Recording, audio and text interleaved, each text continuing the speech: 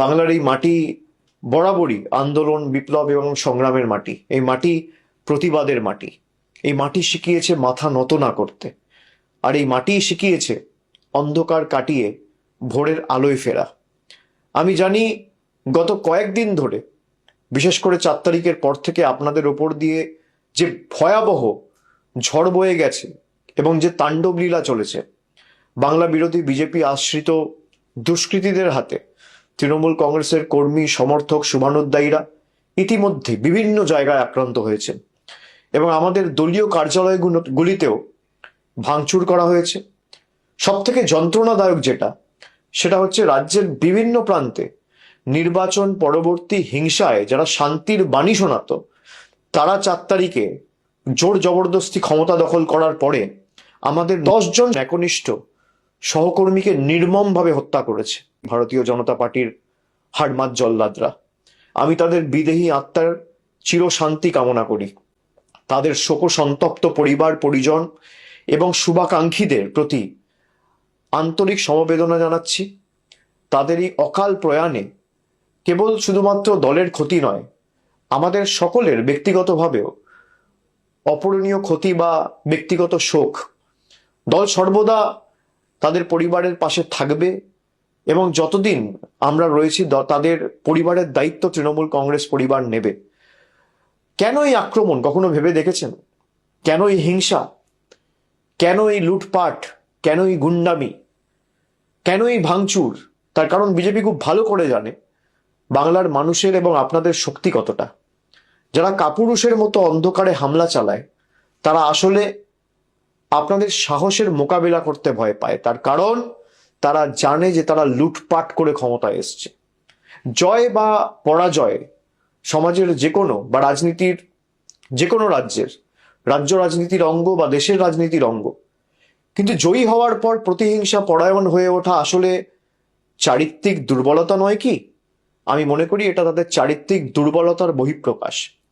এই যে 10 জন প্রাণ হারালেন, তাদের রক্ত বৃথা যেতে দেওয়া যাবে না।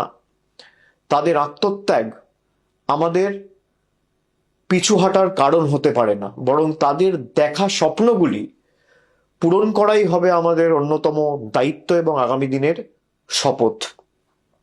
মনে রাখবেন, তৃণমূল কংগ্রেস এমন একটা দল যার জন্ম হয়েছে রাজপথের ধুলোয়, আন্দোলনের মাধ্যমে, লড়াইয়ের ময়দানে, হার না মানা মানসিকতার মধ্যে দিয়ে।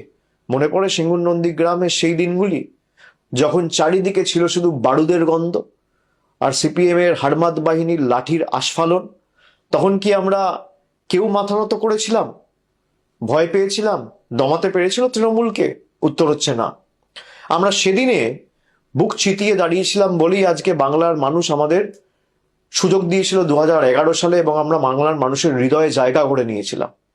আজকের ওই প্রতিকূল পরিস্থিতিতে অন্য কিছু নয় বা নতুন কিছু নয়, এ হলো এক অগ্নি পরীক্ষা। সোনা যেমন আগুনে পুড়ে খাঁটি হয়, আমাদের সংগঠনকেও, তৃণমূলের সর্বস্তরের সৈনিকদেরকেও এই অগ্নি পরীক্ষার মধ্যে দিয়ে আরো শক্তিশালী হয়ে উঠতে হবে। আপনারা সকলে জানেন 2014 লোকসভা নির্বাচনে আমরা 34টি আসন পেয়েছিলাম। পরবর্তীকালে 19-এর নির্বাচনে লোকসভার ভোটে আমাদের ফলাফল প্রত্যাশিত না হলেও আমরা 22টি আসনে জয়যুক্ত হয়েছিলাম। তারপরের যে নির্বাচন 2024 সালে, সেখানে আমরা প্রায় 29টি আসন পেয়েছিলাম। দলের কাজ এবং আপনাদের পরিশ্রমে পুনরায় আমরা হারা আসনগুলো পুনরুদ্ধার করতে পেরেছি। 2021 সালে পশ্চিমবঙ্গ বিধানসভা নির্বাচনে আমরা প্রায় 215টি আসনে জয়যুক্ত করে হয়েছিলাম বা জয়লাভ করেছিলাম। মানুষ গণতান্ত্রিক রায় দিয়ে তৃণমূল কংগ্রেসের প্রার্থীদের সর্বত্র জিতিয়েছিল। এবং আমি বিশ্বাস করি যেভাবে এই লুট করা দেখেছি, এই নির্বাচনে বিজেপি কাউন্টিং এর দিনে যেভাবে লুট হয়েছে, আমরা বিশ্বাস করি যে এই রায় মানুষের রায় হতে পারে না। মানুষ আমাদের যা রায় দেবে আমরা মাথা পেতে নেব, আমাদের কোনো অসুবিধা নেই। সে 80 হতে পারে, সে 8 হতে পারে, সে 10 হতে পারে, সে 50 হতে পারে, সে 100 হতে পারে, সে 200 হতে পারে। কিন্তু 100-র বেশি আসনে কাউন্টিং এর দিন যেভাবে একতরফা লুট করেছে কেন্দ্রীয় বাহিনীকে ব্যবহার করে, আমরা নিশ্চিতভাবে আগামী দিন বিচার ব্যবস্থার কাছে বিচার চাইব। আমরা ইতিমধ্যে দাবি করেছি কাউন্টিং সেন্টারগুলোর ফুটেজ রিলিজ করা হোক। বিভিন্ন জায়গায় আমাদের কাছে কাউন্টিং এর দিন যত কন্টেস্টিং ক্যান্ডিডেট রয়েছে তারা আমাকে যখন ফোনে জানাচ্ছিল যেই ভোটে ইভিএম হয়েছে আর কাউন্টিং টেবিলে যে ইভিএম আনা হয়েছে দুটো সিরিয়াল নাম্বার ম্যাচ করছে না। যখন রিটার্নিং অফিসারকে বলা হচ্ছে রিটার্নিং অফিসারের কাছে কোনো উত্তর নেই, তখন কেন্দ্রীয় বাহিনীকে ডেকে তৃণমূলের এজেন্টদের মেরে বের করে দেওয়া হচ্ছে, তৃণমূলের ইলেকশন এজেন্টের কার্ড ছিঁড়ে দেওয়া হচ্ছে, কন্টেস্টিং ক্যান্ডিডেটদের কার্ড ছিঁড়ে দেওয়া হচ্ছে, কাউন্টিং হল থেকে বার করে দেওয়া হচ্ছে। যারা লুট করে ক্ষমতায় এসছে, যারা মানুষের ম্যান্ডেটকে ম্যানিপুলেট করে ক্ষমতায় এসছে, তারা ক্ষমতায় বেশি দিন টিকবে না। আমি বিশ্বাস করি সত্যিটা মানুষের কাছে যথা সময়ে উন্মোচিত হবে এবং সঠিক তথ্যটা মানুষের কাছে উপস্থাপিত হবে। যারা জোর জবরদস্তি কেন্দ্রীয় বাহিনীকে কাজে লাগিয়ে, কেন্দ্রের অফিসারদের কাজে লাগিয়ে, মাইক্রো অবজারভার কেন্দ্রের, কাউন্টিং সুপারভাইজার কেন্দ্রের, কাউন্টিং হলে যারা আছে তারা কেন্দ্রের, আর বাইরে যারা গার্ড করছে কেন্দ্রীয় বাহিনী কেন্দ্রের, এবং একাধিক জায়গায় যেখানে সারা দিন ধরে ভোট হয়েছে মেশিনে যেখানে 60%, 65%, 50%, 55% চার্জ রেকর্ড হয়েছে, আমাদের কাছে তথ্য রয়েছে সেই মেশিন কাউন্টিং হলে আনার পর দেখা যাচ্ছে 96%, 97% চার্জ। আমি তৃণমূল কর্মীদের বলবো এর জবাব মানুষ আগামী দিন দেবে, ভরসা রাখুন মানুষের উপর। লুটপাট করে কেউ ক্ষমতায় বেশি দিন থাকতে পারে না।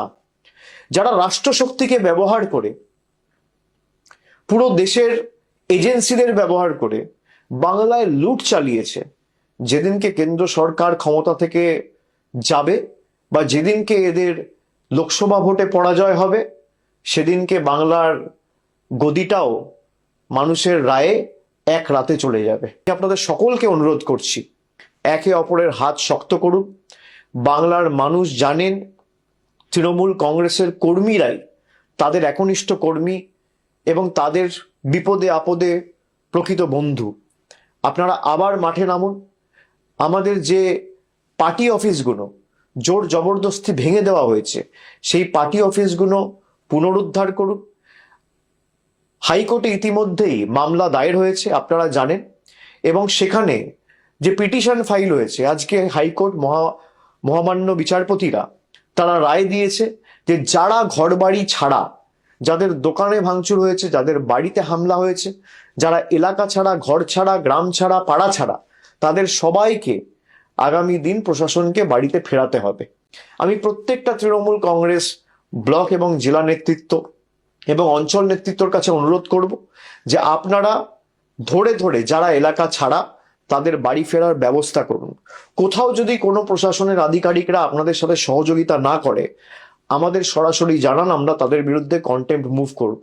আমি সকলকে অনুরোধ করব যে যারা বাড়ি ছাড়া রয়েছেন, ব্লক এবং জেলা নেতৃত্ব যেখানে আমাদের প্রতিনিধিরা আছে, এমএলএ এমপিদের সাথে যোগাযোগ করুন, পঞ্চায়েত স্তরের নেতৃত্ব যারা আছে তাদের সাথে যোগাযোগ করুন, আর যেখানে সমস্যা হবে আমাকে সরাসরি জানান।